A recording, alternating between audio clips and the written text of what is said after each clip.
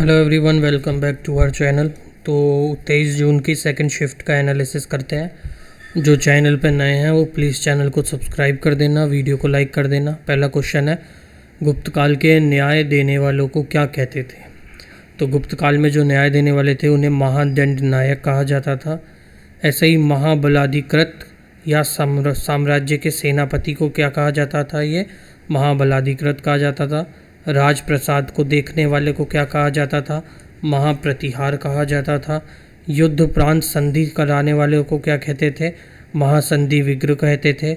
Police विभाग को क्या कहते थे? दंड पाशिक कहते थे।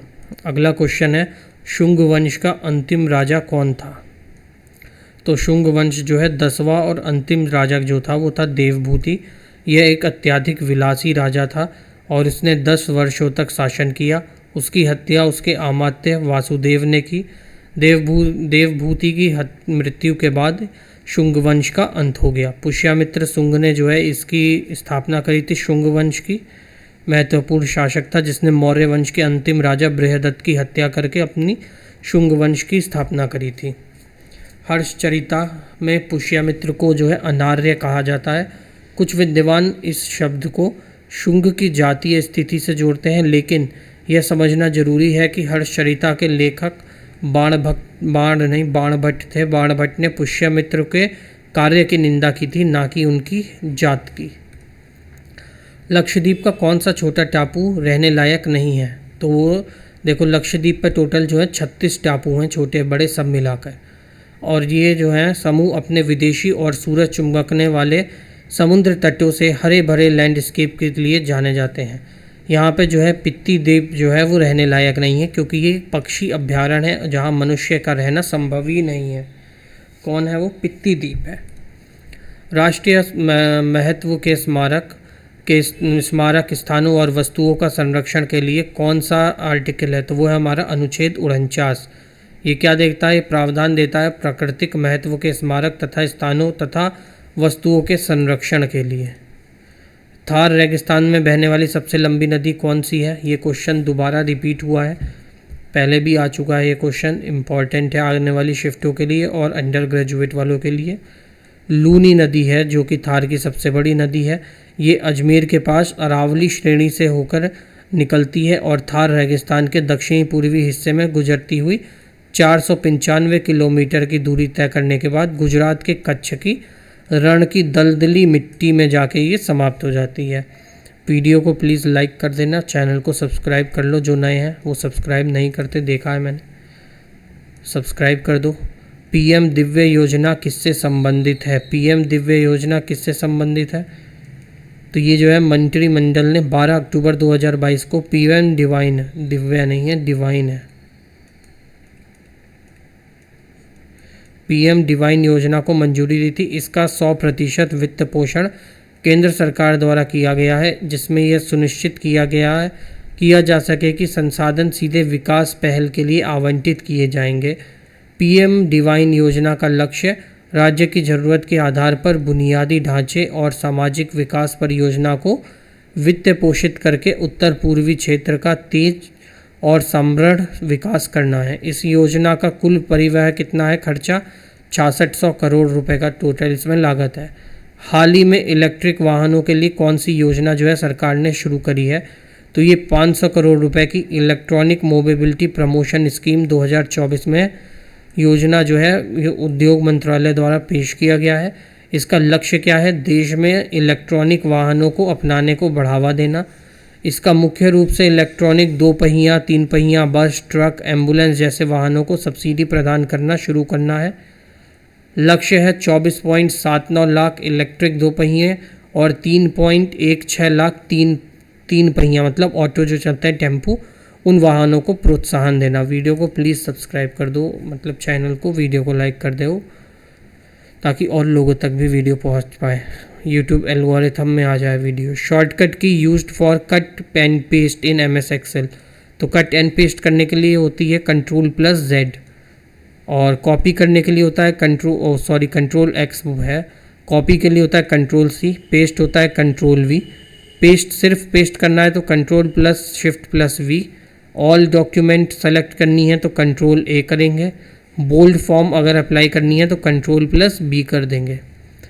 जब आप MS ऑफिस में एक नया विंडो खोलते हैं जबकि दूसरी विंडो पहले से खुली है तो पिछली विंडो क्या होती है, तो पिछली विंडो जो है वो बैकग्राउंड में चालू रहती है, बैकग्राउंड में चालू रहती है। इसको ऐसे समझो जैसे एक मोबाइल है तुम्हारा, ये मोबाइल है तुम्हारा, इस पे तुमने एक साइड व्हाट्सएप खोल रखा है और वहाँ पे डी नाम की लड़की से चैट कर रहे हो, और दूसरे साइड तुमने इंस्टाग्राम खोल रखा है और वहाँ पे तुम लोग जो है ए नाम की लड़की से वो कर रहे हो, चैट कर रहे हो। अब जब व्हाट्सएप से इंस्टा पे जाओगे तो ऐसा तो नहीं कि इंस्टा बंद हो जाएगा, इंस्टा बैकग्राउंड में रन करेगा।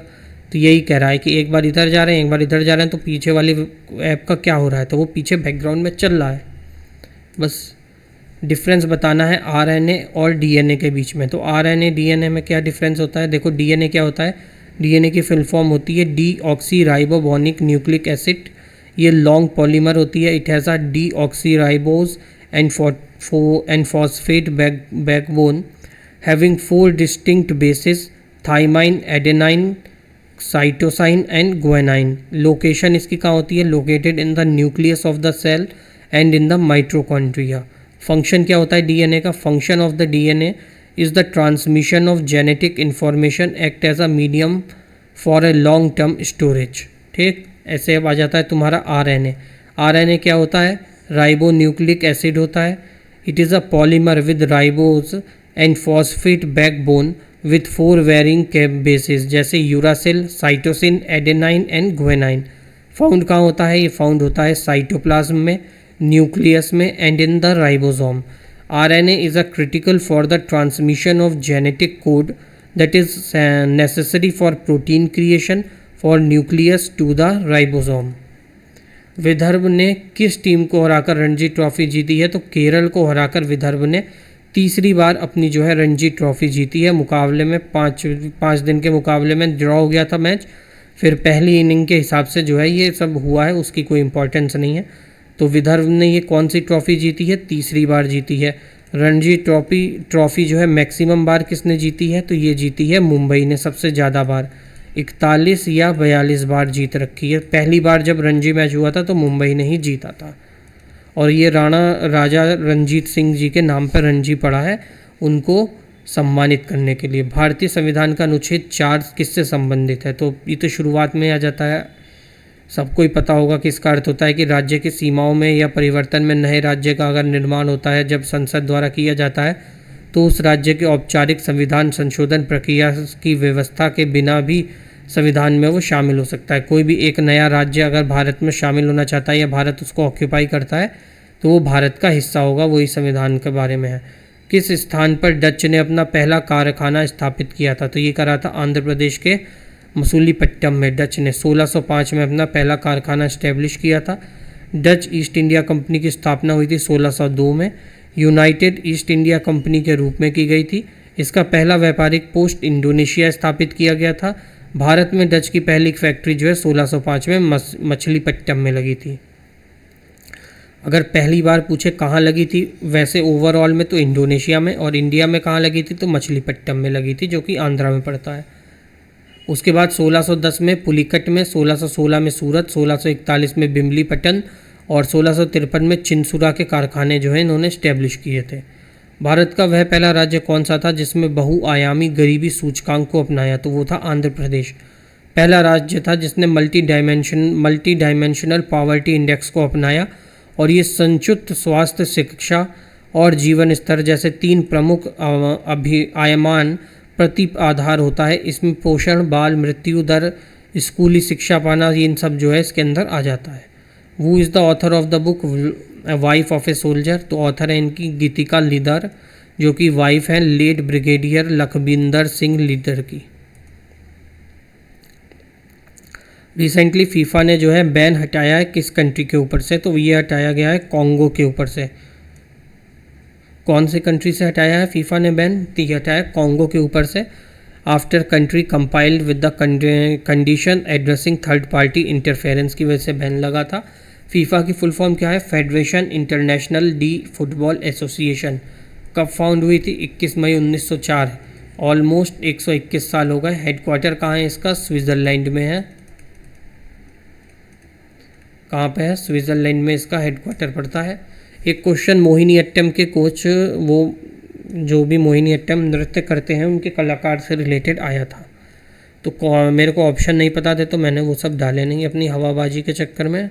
इसी बात पर तुम चैनल को ज़रूर सब्सक्राइब कर दो। मोहिनीअट्टम डांस जो है ये मोहिनी, भगवान ने मोहिनी का अवतार जो लिया था ना वो अमृत पिलाने के लिए, उससे जो है रिलेटेड है, भगवान विष्णु से।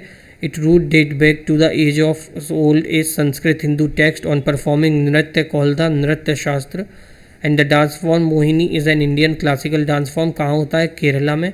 और केरला में एक और डांस फॉर्म होता है, वो तुम बताना। एक मोहिनीअट्टम है और दूसरा नाम क्या है वो बताना। रियल नेम क्या था दूदू मियाँ का? इन्होंने जो है 1857 की क्रांति में पार्टिसिपेट किया था। तो इनका असली नाम था मुशीन अद दिन अहमद। मुशीन अद दिन अहमद 1819 से 1862 तक जिए थे। Better known as a Dudu Miyan, leader of the Faraizi movement और 1857 की क्रांति, दोनों में इनका जो है महत्वपूर्ण भूमिका निभाई थी इन्होंने। अगला क्वेश्चन है लास्ट, फोक सॉन्ग बताना है इसका बंगाल का। तो बंगाल के बहुत सारे फोक सॉन्ग हैं, अब उसमें कौन सा ऑप्शन में था देखो तुम। बाउल है, बेतियाली है, बवैया है, झूमर है, गंभीरा है, श्याम संगीत है, लोन गीती है, गोम्भीर है, तूसू है। इसने बंगाल पूछ लिया तो तुम जम्मू कश्मीर का तुम्हें मेन याद होना चाहिए, क्योंकि अभी अटैक हुआ था ना जम्मू कश्मीर में, तो वो भी पूछ सकता है, या जम्मू कश्मीर का पूछता ही है। जैसे राउफ हो गया, ये सब डांस वगैरह ये सब पूछता है जम्मू कश्मीर का, तो ये भी कर लेना तुम आने वाली शिफ्ट के लिए। और गुप्ता पीरियड को बहुत अच्छे से पढ़ के जाना, जिसका अगला एग्ज़ाम है गुप्ता और मौर्य। जिसने नहीं पढ़ा हुआ है वो कहीं से भी पढ़ लो, 10-15 मिनट की PDF वगैरह कहीं से ले लो, या यहीं चैनल से पढ़ सकते हो, जहाँ से मन करे। ये दोनों टॉपिक छोड़ना नहीं, एडमिनिस्ट्रेशन वगैरह सब पढ़ लेना। और ज़्यादा वो अगर लगे दिमाग नहीं लग रहा है तो लूसेंट से पढ़ लेना, या यूट्यूब पर सर्च कर देना, सब जगह मिल जाता है, कोई बड़ी बात नहीं है। यहाँ पे भी मैंने भी डाल रखा है, वहाँ से भी तुम लोग देख सकते हो। मिलते हैं अगली क्लास में। Thank you so much. अगर PDF चाहिए तो तुम्हें पता है व्हाट्सएप पे तुम्हें नंबर मिला हुआ है, तुम्हें दे रखा है पहले, उस पर मैसेज कर देना है, PDF मैं तुम्हें दे दूँगा। सभी भाइयों को जय श्री राम। और जो नए हैं जिनके पास नंबर नहीं है वो नंबर ये नोट कर लो, 7017895855। ये व्हाट्सएप का नंबर है। और कल एक गधे की औलाद ने जो है कॉल कर दिया था, जब बोल रखा है कि इस पर सिर्फ PDF सेंड करने के लिए टेक्स्ट PDF, व्हाट्सएप पे बस ये लिख देना है कि PDF, मैं PDF भेज दूंगा। तो ज़्यादा अपने आप को चतुर चालाक बनने की ज़रूरत नहीं है, सिर्फ PDF के लिए फ़ोन करो, वो करो, मैसेज करो, इस पर कॉल करने की ज़रूरत नहीं है, नंबर ही मेरे पास नहीं रहता। मिलते हैं अगली क्लास में, तब तक के लिए सभी को जय श्री राम।